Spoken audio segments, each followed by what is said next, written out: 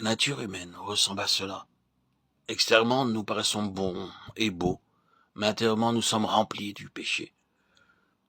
Certains bébés semblent très doux et se conduisent bien dans la matinée pendant 2 heures, mais après quelque temps, ils deviennent obstinés et se conduisent très mal. La parole de Dieu déclare tous sont péchés et sont privés de la gloire de Dieu. Le Seigneur a payé le même prix pour tous en versant son sang précieux.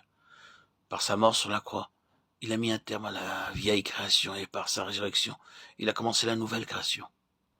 Nous qui avons accepté le Seigneur Jésus-Christ comme notre Sauveur, nous sommes cette nouvelle création et sous ce rapport, nous sommes appelés le nouvel homme. Le Seigneur dit, voici, je fais toutes choses nouvelles, Apocalypse 21:5.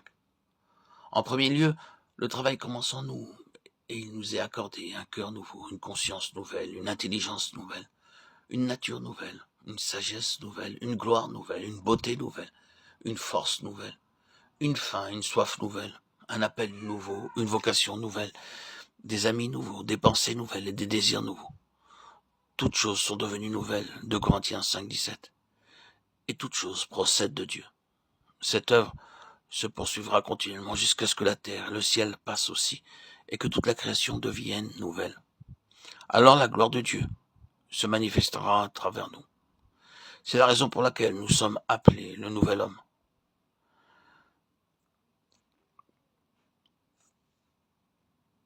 Après avoir reçu le don de la vie éternelle, nous sommes devenus membres de la famille de Dieu. Ainsi donc, vous n'êtes plus des étrangers ni des gens du dehors, mais vous êtes concitoyens des saints gens de la maison de Dieu. Éphésiens 2:19. Chaque membre de la famille de Dieu a la même valeur à ses yeux et peut avoir une part égale à la bénédiction de cette famille. Nous passons rapidement sur ce nom et sur le suivant, en méditant vous-même sur ces noms sans nul doute. Dieu vous révélera de précieuses vérités cachées.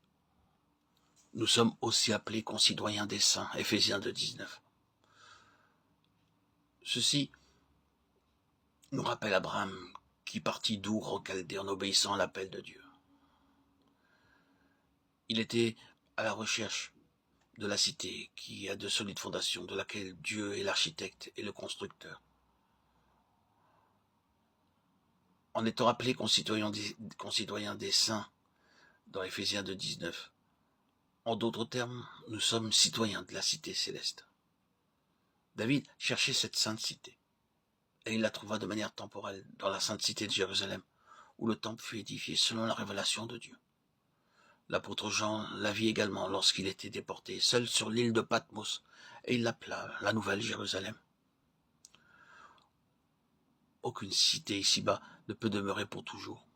Un jour, toutes ces villes seront détruites. C'est pourquoi Dieu appelle tous les hommes à rechercher la céleste cité. Lorsque vous êtes nés de nouveau, vous êtes aussi devenus citoyens de cette cité.